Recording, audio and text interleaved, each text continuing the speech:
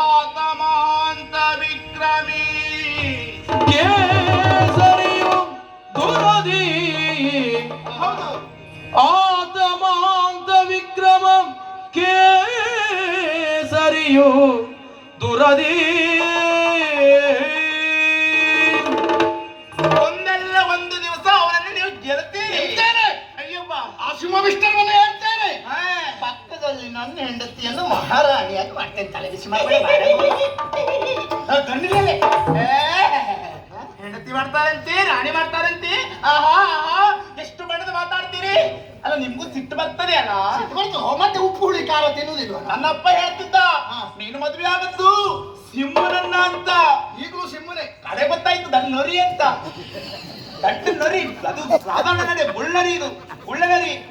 ಅಡ್ಡಿಲ್ಲ, ಹೆಂಡತಿಗೆ ಇಷ್ಟು ಗೊತ್ತಾಯ್ತು ಅಂದ್ರೆ ಅವನ ಸ್ವರ್ಮ ಅಲ್ಲದಿದ್ರೆ ಇನ್ನೂ ನಾನು ಆ ಚೈತೇಶ್ವರನ್ನ ಗೆಲ್ತೇನೆ ಎನ್ನುವಾಗ ಹುಚ್ಚು ಹಂಬಲ ಇರಿಸಿಕೊಂಡಿದ್ದೀರಲ್ಲ, ಅವ ನೀವು ಗೆದ್ದು ಕೊಟ್ಟ ಮೇಲೆ ಅವನು ಮೋಸದಿಂದ ಗೆದ್ದದ್ದೆ. ಅವನು ಹೇಗೆ ಗೆಲ್ಲಿ? ಮೋಸ, ವಂಚನೆ, ಕಪಟ.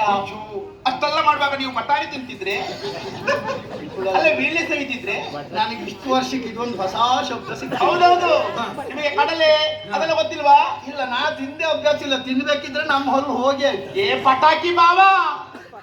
ಸ್ವಲ್ಪ ಇವತ್ತು ಹೊಸ ಶಬ್ದವೇ ಹೆಚ್ಚು. ಹೌದು, ಪಟ ಪಟ ಪಟ ಪಟ ಮಾತಾಡುವುದೇ ಪಟಾಕಿ ಬಾವ ಅಂತ. ಇಷ್ಟು ಪಟ ಪಟ ಮಾತಾಡುವುದು ಬಿಟ್ರೆ ಮತ್ತೆ ಅಂತ ಕೆಲಸ ಆಗುದಿಲ್ಲ ನಿಮ್ಮ ಹತ್ರ ಅಲ್ವಾ? ಇಲ್ಲಲ್ಲ, ನಾನು ಬರ್ಬೇಕಿದ್ರೆ ಎಲ್ಲೆಲ್ಲ ಎಷ್ಟು ಪಟಾಕಿ ಬಾವನ ಸತ್ಯ ಹೇಳು.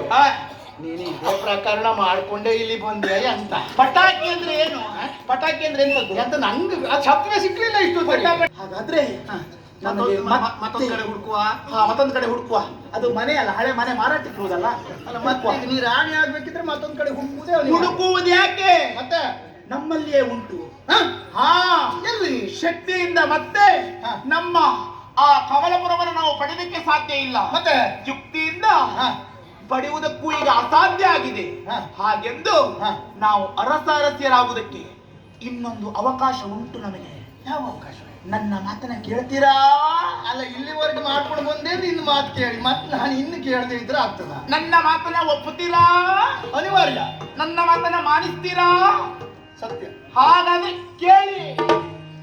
ಕ್ರಾಂತಿಯಲಿ ಮೀನ್ ಕಪಟದಲ್ಲಿ ಭೂಕಾಂತೆಯಳ ನಾಶಿಪುದು ವಿಹಿತವು. ಕ್ರಾಂತಿಯಲಿ ಮೀನ್ ಕಪಟದಲ್ಲಿ ಭೂಕಾಂತೆಯಳ ನಾಶಿಪುದು ವಿಹಿತವು. ನೀ ತಿಳಿದು ಕೊಲ್ಲಬೇಕು ಯಮಳರ ಸಹಿತ ಶರ್ಮಿಳೆಯ.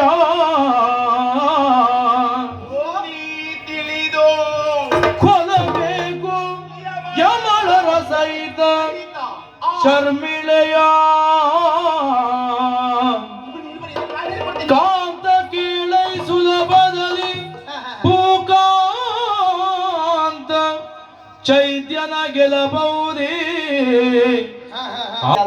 ಅಂದ್ರೆ ನಾನು ಮುಂದಿದ್ದ ಕಾರಣ ಆದ್ರೂ ಈ ಬಂಡ ಜೀವ ಆದ್ರೂ ಇನ್ನು ಬದುಕಿದೆಯಲ್ಲ. ಅಂದ್ರೆ ಸಾಯ್ಬೇಕಿತ್ತು ಅಂತಲೇನೆ.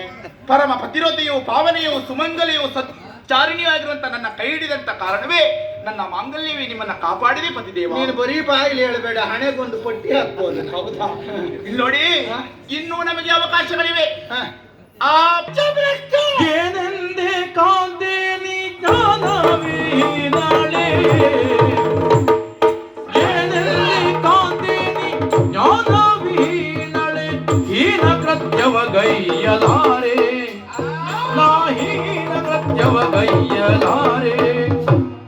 ಮಾನ ಪ್ರಾಣವ ಕಾಯ್ದ ಬಂಧು ವರ್ಗಕ್ಕೆ ಹಾನಿ ನಾನೆಸಗು ಬೆರೆ ಹೋಗ.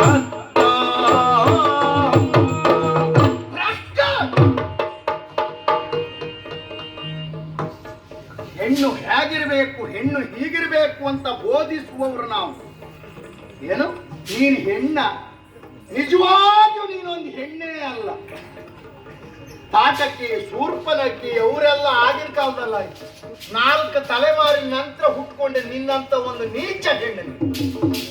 ಇಲ್ಲದಿದ್ರೆ ಸಹಾಮೂರ್ತಿ ಯಾರು ಕೇಳಿದ್ರೆ ಅದು ಹೆಣ್ಣು.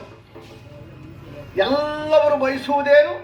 ನಮ್ಮ ತವರು ಮನೆ ಒಳ್ಳೆಯದಾಗಬೇಕು, ಅಣ್ಣ ತಮ್ಮಿಂದರು ಚಂದಾಗಿರ್ಬೇಕು, ತವರಿನ ಬಾಂಧವ್ಯವನ್ನು ಕೊಂಡರಿಸುವುದಕ್ಕೆ ಮುಂದಾದಂತ ನಿನ್ನಂತ ಕೆಟ್ಟ ಹೆಣ್ಣುಗಳು ಪ್ರಪಂಚದಲ್ಲಿ ಹುಟ್ಟಲೇಬಾರದು.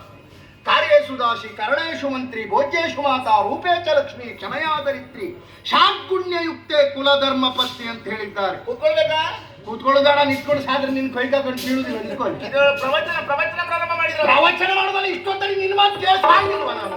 ಹೇಳಿ. ಆದಿಯಿಂದ ಅಂತ್ಯದವರೆಗೆ ನಿನ್ನ ಮೊದಲ ಮನುಗಾಮಿನಿ, ನಿತ್ಯ ಮಧುರ ವಾರ್ತೆಚ ಸಾ ರಮ ರಮ ನಾ ರಮ ರಮ ಅಂತ ಯಾವ ಹೆಣ್ಣು ಹೇಳ್ತಾ ಇರ್ತಾಳ ಅವಳು ನಿಜವಾದ ಲಕ್ಷ್ಮಿ ಆಗಿರ್ತಾಳೆ. ಎಲ್ಲಿ ರಾಕ್ಟಾಳಿ ಅಂತ ಅಂದವಳು ಹೌದು. ನಾವು ಒಂದು ಪತ್ರದಿಂದಲೇ ಸಹಿಸ್ಕೊಳ್ಳಿಕ್ಕೆ ಆಗಲಿಲ್ಲ. ಅರ್ಥಾತ್ ನಮ್ಮ ಅಮ್ಮ ಹೋದ್ರೆ 2ರಷ್ಟು ಬಂದು ಸತ್ತು. ಈಗ ಮಾತು ನಾಲಿಗೆಯ ಹಂತದಲ್ಲಿರ್ಬೇಕು. ಯಾರ ಎದುರಿನಲ್ಲಿ ಮಾತಾಡ್ತೇನೆ ಅನ್ನೋ ಪ್ರಜ್ಞೆ ಉಂಟ ನಿನಗೆ? ಅಣ್ಣ ತಮ್ಮಂದಿರು ಅಂದ್ರೆ ಏನು? ನಿನ್ನ ಮಕ್ಕಳ ಹಾಗೆ ಗ್ರಹಿಸಬೇಕು, ತಾಯಿಯ ಹಾಗೆ ನೀನು ಹೆಂಡತಿಯಾದವಳು ಇರಬೇಕು. ಮಾತಾ ಸಮಂ ನಾಸ್ತಿ ಶರೀರ ಪೋಷಣಂ, ವಿದ್ಯಾ ಸಮಂ ನಾಸ್ತಿ ಶರೀರ ಭೂಷಣಂ, ಬಂಧು ಸಮಂ ನಾಸ್ತಿ ಶರೀರ ಶೋಷಣಂ. ಹಾಗಿರ್ಬೇಕು. ಬಿಟ್ಟೆ ನಿನ್ನ ಹಾಕಿದ ಕೆಟ್ಟ ತೆಗೆದು ಹಾಕದ್ದೆಲ್ಲ ಎಲ್ಲಿ ಅಲ್ಲ ನಮ್ಮ ಗ್ರಾಚಾರಕ್ಕೆ ಈಗ ನೀನೊಂದು ಎಲ್ಲಿ ಬಂದು ಸತ್ತೆ. ನನಗೆ ಮದುವೆ ಬೇಡಿತ್ತು, ನಾನು ಬ್ರಹ್ಮಚಾರಿಯಾಗಿ ಸಾಯ್ತಿದ್ದೆ. ನನಗೆ ಈಗ ಬೇಕಿತ್ತ ಈ ಮದುವೆ. ಒಳ್ಳೆ ಮಾತಿಂದ ಹೇಳ್ತೇನೆ, ಆ ಮಾತನ್ನ ಬಿಟ್ಟು ಬೇರೆ ರೀತಿಯಲ್ಲಿ ವರ್ತಿಸಿದ್ರಾಯ್ತು. ಇಲ್ದಿದ್ದು ದಾವಡೆ ಮಾಡ್ತೇನೆ.